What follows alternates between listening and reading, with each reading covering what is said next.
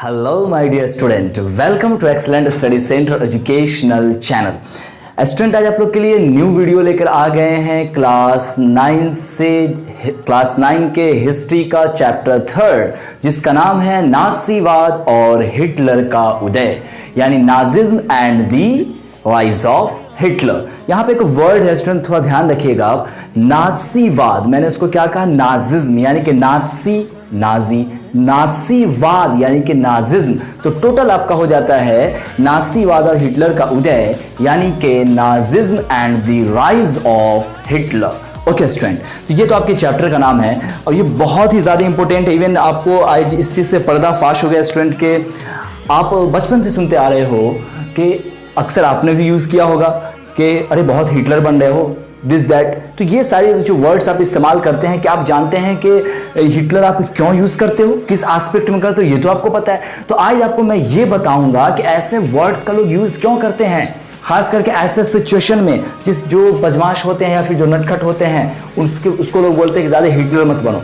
तो ये जो वजह है स्टूडेंट, इस चैप्टर में आज इसको हम क्लियर करने वाले। बहरहाल आपको मैं ये बता दूं कि इस चैप्टर को पूरी तरह से हम 3 टॉपिक्स में हम समअप करने वाले हैं, लेकिन इस वीडियो में हम आपको फर्स्ट टॉपिक डील करेंगे जिसका नाम है हिटलर और उनकी शक्ति।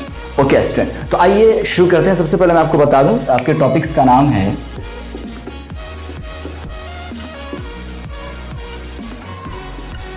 हिटलर और उनकी शक्ति। ओके स्टूडेंट, तो ये आपके टॉपिक का नाम है। तो जैसा कि टॉपिक से आपको क्लियर हो रहा होगा कि यहां हम हिटलर के बारे में पढ़ने वाले हैं और हिटलर की जो शक्ति है यानी the powers of the Hitler, ये हम यहां पे कवर करने वाले हैं। तो क्यों ना सबसे पहले इंट्रोडक्शन जान लें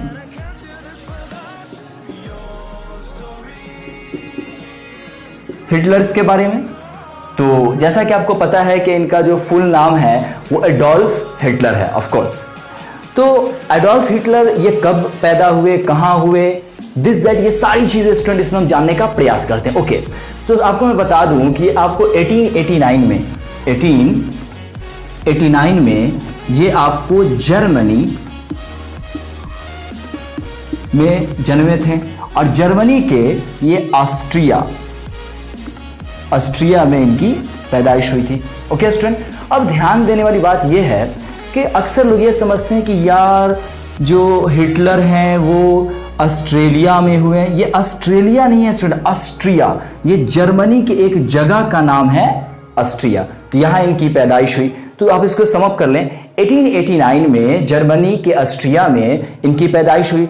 और ऐसा नहीं है, अगर आप सोच रहे हैं कि शुरू से जो हिटलर है वो बहुत मतलब एक बादशाह थे, किंग थे, ऐसा नहीं है स्टूडेंट। इनकी जो युवा अवस्था है वो युवा अवस्था काफ़ी गरीबी में गुजरी है स्टूडेंट्स, काफ़ी गरीबी में गुजरी है। तो आपको मैं फिर से बता दूं कि 1889 में जर्मनी में इनकी पैदाइश हुई, यानी ये जन्मे, और इनकी युवा अवस्था काफ़ी गरीबी में गई। इससे पहले मैं स्टूडेंट एक और चीज़ आपको थोड़ा मैं इंश्योर कर दूं कि ये जो मैं आपको बता रहा हूँ ये आपको सिर्फ मैं इंट्रोडक्शन दे रहा हूँ। उसके बाद ये इंट्रोडक्शन एंड होने के बाद मैं आपको बस पूरा एक नोट समअप कराऊंगा ताकि आप एग्जाम में, देखो एग्जाम ये तो मैं आपको बता रहा हूँ, ये तो आपको लेक्चर होगा, तो लेकिन आप एग्जाम में इसे कैसे लिखोगे, कौन कौन से ऐसे वर्ड्स होंगे, कौन कौन से ऐसे लाइन्स होंगे, कौन कौन से ऐसे क्वेश्चंस होंगे जो कि आपको एग्जाम में काम आ सकते हैं स्टूडेंट। तो उस एस्पेक्ट में जस्ट ये इंट्रोडक्शन एंड होने के बाद मैं आपको स्मार्ट क्लास स्क्रीन पर आपको मैं इसका नोट्स भी अवेलेबल कराऊंगा और फिर मैं आपको ये भी बताऊंगा कि आप 90% मार्क्स कैसे अचीव कर सकते हो एग्जाम में, और उसके लिए किस तरह से हमें लाइंस लिखनी चाहिए और कौन कौन से ऐसे क्वेश्चंस हैं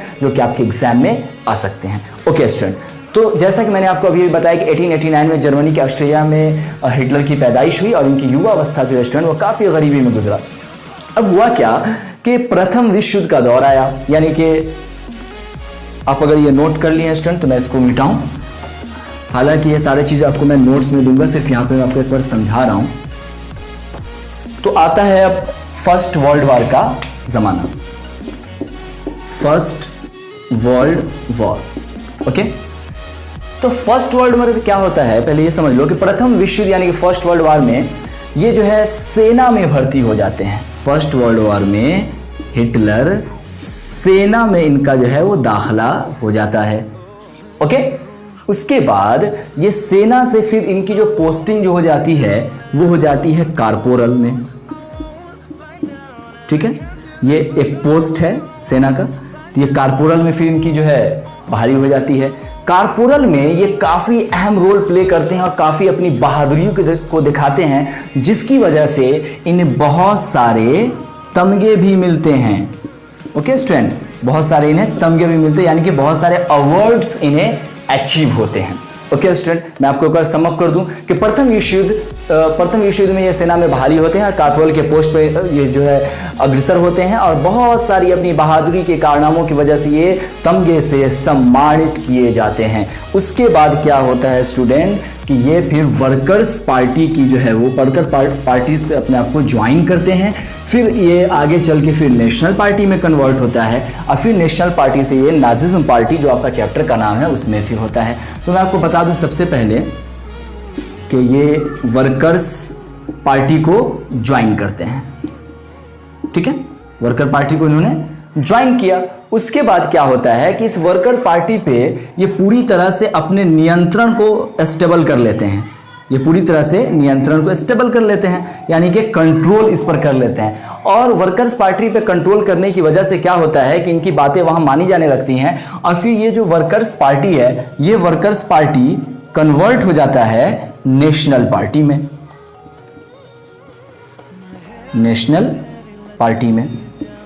उसके बाद क्या होता है कि समय बीतते बीतते फिर ये वर्कर्स, ये नेशनल पार्टी आप जो है, नेशनल पार्टी फिर आपको ये कन्वर्ट हो जाती है किसमें बताओ स्टूडेंट, ये बहुत ज्यादा इंपॉर्टेंट है क्योंकि चैप्टर का ही आपका नाम है, नाज़ी पार्टी में फिर ये कन्वर्ट हो जाती है, नाज़ी पार्टी में कन्वर्ट हो जाती है।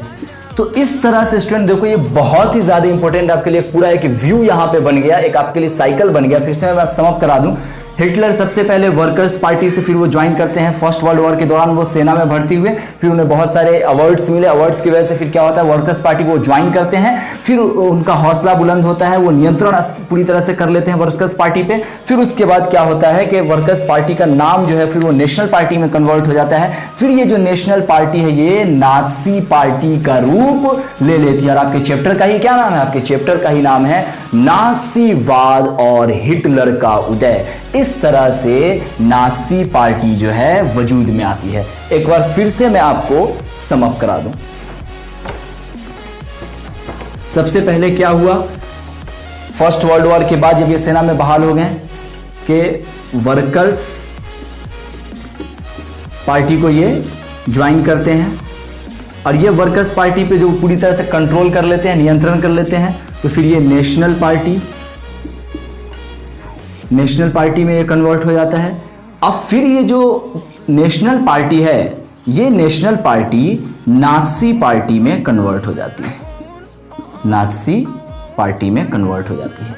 तो इस तरह से नाज़ी पार्टी का जो है वजूद होता है। ओके स्टूडेंट, उम्मीद करते हैं कि आप इसको समझ पाए होंगे। फिर क्या होता है कि बात यहाँ पे तो खत्म नहीं होती, क्योंकि आप भी जान रहे हो कि हिटलर तो फिर वो पूरे जर्मनी को कंट्रोल करने वाला बना। तो आखिर ये सारी चीजें फिर कैसे हो पाई स्टूडेंट, ये बहुत ही ज्यादा आपके लिए इंपॉर्टेंट हो सकता है। तो हुआ यूं कुछ स्टूडेंट कि विश्व युद्ध के बाद जर्मनी की क्या हुई कि इसकी जो प्रतिष्ठा थी, उसकी जो इज्जतें थी, वो थोड़ा कम होने लगी। और आप जानते हो कि उन पे बहुत सारी जो है वो अंकुश लगा दिए गए थे, रूल रेगुलेशन उन पे लगा दिए गए थे, बहुत सारी संधियां उन पे लग गई थी, जैसे कि वर्साई की संधि। वर्साई की संधि एक अपना अपनी व्यापक टॉपिक है, जब मैं इसको डील करूंगा नोट्स के थ्रू तो मैं आपको वहां पे फिर मैं बताऊंगा वर्साई की संधि के बारे में। फिलहाल आप ये समझ लो कि विश्व युद्ध के बाद जर्मनी अंतरराष्ट्रीय प्रतिष्ठा खो चुका था। वर्साई की संधि में काफी वो अपमानित किया जा चुका था। अब क्या था, जर्मनी आर्थिक संकट से जूझ रहा था और सोचो हिटलर को क्या होगा, यहाँ पे हिटलर को एक बड़ा मौका मिला स्टूडेंट, बड़ा मौका मिला कि वो बोले कि भैया मैं ऑलरेडी एक बहादुर सैनिक हूं, तो मैं कंट्रोल कर सकता हूं, मैं जर्मनी को मैं बचा सकता हूं। तो उन्होंने क्या किया कि हिटलर आर्थिक संकट से मुक्ति, रोजगार, सुरक्षित भविष्य को उज्जवल करने की, यहां तक कि जो आपकी यंगर्स हैं, जो यंगेस्ट लोग हैं, जो नौजवान हैं, उनको बहुत सारे सपने उन्होंने देखा है, जिसकी वजह से क्या हुआ कि हिटलर काफी लोकप्रिय होता गया। उसके बाद क्या हुआ कि 1993 में ऐसी हिटलर पे सब लोग का विश्वास आ ही गया था कि काफी बहादुर है, ये जर्मनी को संकट से जो है दूर ले जा सकता है। तो फिर क्या हुआ कि 1993 में संसदीय चुनाव होता है, ध्यान रखिए। तो अब मैं आपको यह बताता हूं कि 1932 का दौर आता है। अब 1932 ये बड़ा अहम दौर था स्टूडेंट, इसका ध्यान रखें। 1932 में क्या होता है कि ये जो आपको नाज़ी पार्टी चुनाव लड़ती है, संसदीय चुनाव, और ये देश की सबसे बड़ी पार्टी के रूप में उभरती है, सबसे बड़ी पार्टी। ये बड़ा इंपॉर्टेंट दौर था स्टूडेंट नाज़ी पार्टी के लिए और जर्मनी के भविष्य के लिए। 1932 में क्या हुआ, संसदीय चुनाव हुआ, संसदीय चुनाव, और इस संसदीय चुनाव में जो है वो सबसे बड़ी पार्टी के रूप में नाज़ी पार्टी उभरी। कौन सी पार्टी, ये तो आपको पता ही है खैर, नाज़ी पार्टी, जो कि Hitler workers party, worker party से नेशनल पार्टी, नेशनल पार्टी से उसी का नाम रखा है नाज़ी पार्टी, नाज़ी पार्टी के रूप में उभरता है। तो ये आपको पता है। फिर से मैं समझ कर दूं, 1932 यानी कि 1932 में संसदीय चुनाव होता है, जिसमें सबसे बड़ी पार्टी के रूप में उभरता है कौन, नाज़ी पार्टी। उसके बाद क्या होता है कि वहाँ के जो राष्ट्रपति थे, यानी जिसकी अगुवाई में ये सैनिक बना, दिस दैट पोस्टिंग होते गई, तो उस वक्त जर्मनी के जो राष्ट्रपति रहते हैं, तब तक तो हिटलर तो बना नहीं था, तो वो जो राष्ट्रपति थे जर्मनी के, वो बहुत ज़्यादा प्रभावित होते हैं हिटलर से। ऑलरेडी पहले ही से बहुत ज़्यादा अट्रैक्ट है, उनसे आकर्षित थे, अब तो और ज़्यादा खुश हो जाते हैं। और इस खुशी की वजह से क्या होता है कि वो चांसलर का पद, चांसलर का पद हिटलर को दे देते हैं। ये आपको एक तरह से समझ लो सेनापति का एक पोस्ट हुआ ये। तो मैं आपको समअप कर दूं कि 1932 में सबसे बड़ी पार्टी के रूप में संसदीय चुनाव होता है और उभरती है नाज़ी पार्टी, और राष्ट्रपति ने क्या करते हैं, खुश होकर कि हिटलर को चांसलर का भार सौंप देता है। अब सोचो स्टूडेंट कि अगर हिटलर को, अगर आपको जब मिल ही गया चांसलर का पद, तो अब क्या हो गया स्टूडेंट। अब सोचने की बात है कि अब उसके हाथ में पावर पहले से बहुत ज़्यादा आ जाएगा। जब पावर बहुत ज़्यादा आएगा तो क्या होगा, धीरे धीरे वो अपने कंट्रोल में करने का काम करेगा, और यही हुआ। उसके बाद क्या होता है, 1933 का दौर शुरू होता है। अब ये जो 1933 का दौर था स्टूडेंट, ये पूरे पूरे जर्मनी को जो है वो जर्मनी के भविष्य को एक निर्माण के रूप में, कन्वर्टर के रूप में काम करता है। तो 1933 में क्या होता है, एक अग्नि अध्यादेश लॉ पारित होता है, अग्नि अध्यादेश। अब इस अग्नि अध्यादेश के अंतर्गत क्या था कि जो नागरिक अधिकार थे, इस नागरिक अधिकार को खत्म कर दिया जाता है धीरे धीरे। और लोगों को सोचने की बात है, जब नागरिक अधिकार ही खत्म हो जाएंगे स्टूडेंट, तो फिर नागरिक का पूरी तरह से सुना कहाँ जाएगा, फिर लोकतंत्र कहाँ रहेगा। और ऐसा ही हुआ। 1933 में अग्नि अध्यादेश को पारित किया गया और उसके तहत क्या हुआ कि नागरिक अधिकार को खत्म कर दिया गया। और इसी वर्ष स्टूडेंट क्या हुआ कि विशेषाधिकार अधिनियम को पारित किया गया। अब विशेषाधिकार अधिनियम क्या था स्टूडेंट, अब हमें इसको समझना है। तो विशेषाधिकार अधिनियम के तहत पहले मैं आपको तो बता दूं, देखो विशेषाधिकार अधिनियम, विशेषाधिकार अधिनियम, विशेषाधिकार अधिनियम के नाम से एक विशेषाधिकार यानी जो विशेष अधिकार देता है। तो विशेषाधिकार नियम के तहत होगा क्या कि इन्हें, इसको इंग्लिश में स्टूडेंट कहेंगे privileges act, PRIVILEGES, privileges act. तो प्रिविलेजेस एक्ट के तहत होता यह है कि इन्हें एक पावर मिल जाता है, इतना ज्यादा पावर मिल जाता है, ये पावर धीरे धीरे इन्हें तानाशाह की ओर ले जाता है और पूरा जर्मनी एक तानाशाह के चंगुल में चला जाता है। इसी को कहते हैं क्या स्टूडेंट, डिक्टेटर। अब क्या था, इसके आगे समझ ही सकते हो कि जब तानाशाह बन गया जर्मनी, तो वहां जनता की तो बिल्कुल सुनी नहीं जाएगी। तो धीरे धीरे क्या होता है, जर्मनी शुरू से में तो लगता है कि काफी पावर में जा रहा है, लेकिन हिटलर पूरे अपने अर्थव्यवस्था को जो है वो सेना को तैयार करने में ही झोंक देता है पूरी तरह से।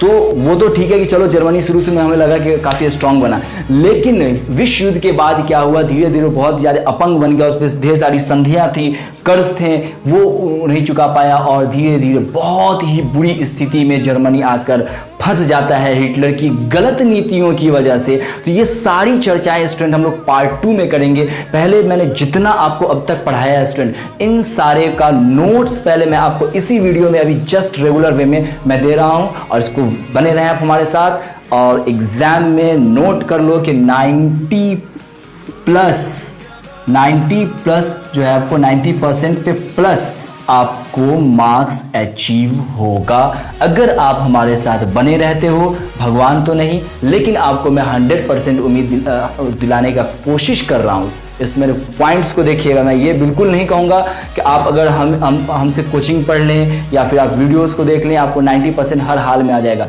आपको हमारे साथ बने रहना होगा, फुल वीडियो को देखना होगा, और जो नोट्स आपको हम अवेलेबल करवा रहे हैं उसको आपको प्रॉपर ढंग से पढ़ना होगा, कंसीडर करना होगा और आपको याद करना होगा।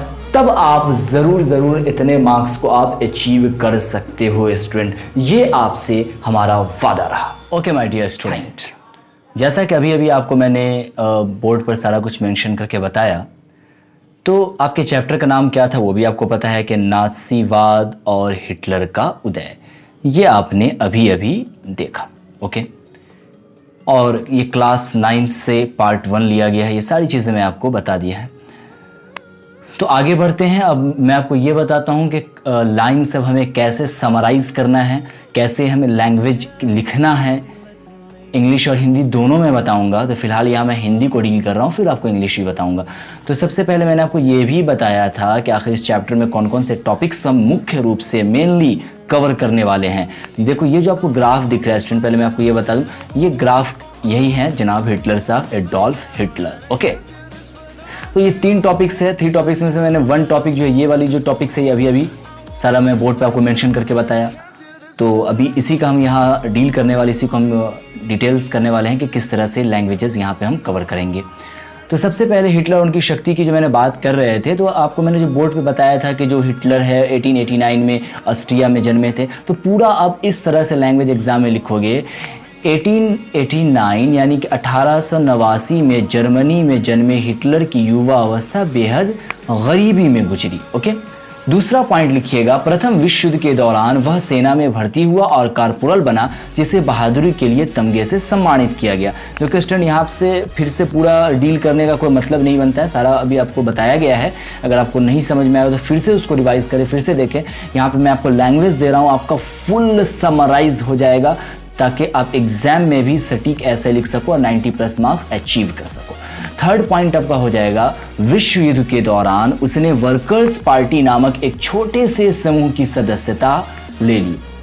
फिर क्या था, धीरे धीरे उसने इस संगठन पर अपना नियंत्रण कायम कर लिया और इसे नेशनल पार्टी का नाम दिया, और इस पार्टी को बाद में नाज़ी पार्टी के नाम से जाना गया। ये सारे पॉइंट्स आपको बोर्ड पे मैंने मेंशन कर करके बताया था। अगर आप नहीं समझे तो दोबारा से आप फिर से वीडियो देखें और अंत तक जरूर देखें स्टूडेंट्स। चौथा पॉइंट, विश्व युद्ध के बाद जर्मनी अपनी अंतर्राष्ट्रीय छवि खो चुका था। वर्साई की संधि ने उसे काफ़ी अपमानित किया था। ये आपका होमवर्क है, आप हमें कमेंट्स में बताओगे कि वर्साई की संधि क्या थी, या फिर ये मेरा व्हाट्सएप नंबर है तो आप इस पर हमें लिख के बता सकते हैं वहां कि वर्साई की संधि क्या है, या फिर आप वॉइस रिकॉर्डिंग भी सेंड कर सकते हो। और मैं अगला जो वीडियो आएगा मैं आपके नाम के साथ मैं वहां पे डील करूंगा कि किस स्टूडेंट्स ने कैसा कहा, जितना अच्छा रहेगा मैं वहां पे सो डील करूंगा। जो कमी होगी तो फिर मैं वर्साई की संधि को मैं वहां बताऊंगा भी नेक्स्ट पार्ट में जरूर स्टूडेंट्स। तो फिलहाल विश्व युद्ध के बाद जर्मनी अपनी अंतर्राष्ट्रीय छवि खो चुका था। वर्साई की संधि ने उसे काफी अपमानित किया था। तो क्या था, जर्मनी आर्थिक संकट से गुजर रहा था। हिटलर ने इसे अवसर के रूप में लिया। उसने राष्ट्रीय गौरव, रोजगार, स्वतंत्रता, सुरक्षा इत्यादि का मामला उछाला, जिससे वह काफी लोकप्रिय हो गया। यानी हिटलर को एक मौका मिल गया जर्मनी को कंट्रोल करना, क्योंकि जर्मनी तो ऑलरेडी पहले से प्रॉब्लम में चला आ रहा था, खासकर विश्व युद्ध के बाद। ये सारी चीज़ें मैंने आपको बताई। उसके बाद क्या था कि 1932 के जर्मन संसदीय चुनाव में नाज़ी पार्टी देश की सबसे बड़ी पार्टी के रूप में उभरी। ये सारे पॉइंट्स आपको मेंशन मैंने बोर्ड पर कर रखा है स्टूडेंट। उसके बाद मैंने ये भी बताया था कि जो राष्ट्रपति थे उन्हें चांसलर का पद दिया हिटलर को, तो वही यहाँ पे लिखा गया स्टार में, क्योंकि इंपॉर्टेंट पॉइंट है। ये भी इंपॉर्टेंट है तो मैंने इसको भी स्टार में दिया, इसको बड़ा स्टार में दिया क्योंकि ये ज़्यादा इंपॉर्टेंट है। राष्ट्रपति ने राष्ट्रपति यानी कि प्रेसिडेंट ने हिटलर को चांसलर का पदभार सौंपा। उसी तरह से 7 पॉइंट में आप लिखोगे, मैंने आपको अग्नि अध्यादेश के बारे में बताया था, उसका लाइन कुछ ऐसे आप एग्जाम में लिखोगे पूरा, 1933 में अग्नि अध्यादेश के द्वारा हिटलर ने सभी नागरिक अधिकारों को अनिश्चित काल के लिए निलंबित कर दिया। अनिश्चित काल का मतलब क्या होता है? मतलब कि लाइफ टाइम के लिए, कोई निश्चित था ही नहीं कि कब तक वो नागरिक के अधिकारों का यानी कि मौलिक कर्तव्य, जो मैंने आपको इससे पहले पढ़ाया था, जो कि अपलोडेड है यूट्यूब चैनल पे, अपने चैनल पे, ये एक्सेलेंट स्टडी सेंटर पे। तो वो जो नागरिक अधिकार थे, जो ह्यूमन राइट्स है, उस सारे ह्यूमन राइट्स को इन्होंने खत्म ही कर दिया अनिश्चित काल के लिए। और इसी वर्ष विशेष अधिकार यानी विशेषाधिकार अधिनियम पास हुआ, जिसने हिटलर को जर्मनी में तानाशाही स्थापित करने में मदद की, यानी कि डिक्टेटरशिप में पूरी तरह से जर्मनी में लग गया। अब क्या था, डिक्टेटरशिप आ गया, तो उसके बाद आप समझ ही सकते हो कि फिर जर्मनी पूरी तरह से एक तानाशाह के चंगुल में आ जाता है। और फिर जर्मनी की इसके आगे की जो कहानी है, फिर क्या होता है स्टूडेंट, आप वेट करें। सेकेंड टॉपिक में मैं इससे आगे की बात लेके आऊँगा। ओके स्टूडेंट, अगर आपको वीडियो पसंद आया हो तो प्लीज़ और प्लीज़ इसे लाइक एंड शेयर करना बिल्कुल ना भूलें। काफ़ी मेहनत करनी पड़ती है आपके लिए, तो आपसे सिर्फ इतना रिक्वेस्ट है कि आप लाइक शेयर और चैनल को सब्सक्राइब नहीं किए तो प्लीज़ और प्लीज़ सब्सक्राइब कर लीजिए और अपने दोस्तों में भी इस वीडियो को शेयर कीजिए। और मैं आपसे वादा करता हूं कि आपको पूरा फुल कोर्स मैं यहाँ पे अवेलेबल कराने वाला हूं। अगर आप आसपास में रह रहे हो तो मैं आपसे ये भी कहूँगा कि बेटर होगा, क्योंकि आपका जो क्वेश्चंस पैटर्न्स दिस दैट सारी चीज़ें हैं, वो आप अगर कोचिंग को अगर ज्वाइन कर लेते हो तो आपके लिए ज़्यादा बेनिफिट होगा। तो आप ESC पे आ सकते हो, ये हमारा नंबर हुआ, इस नंबर पर आप कॉन्टैक्ट कर सकते हो और आप कोचिंग को ज्वाइन कर सकते हो। या फिर आप YouTube पर भी ज्वाइन रह के आप हमारे साथ बने रह सकते हो। लेकिन ज़्यादा अगर आपको बेनिफिट लेना है, फुल कोर्स को अचीव करना है, तो प्लीज़ आप इस नंबर पर कॉन्टैक्ट कर सकते हो। Okay student, bye bye.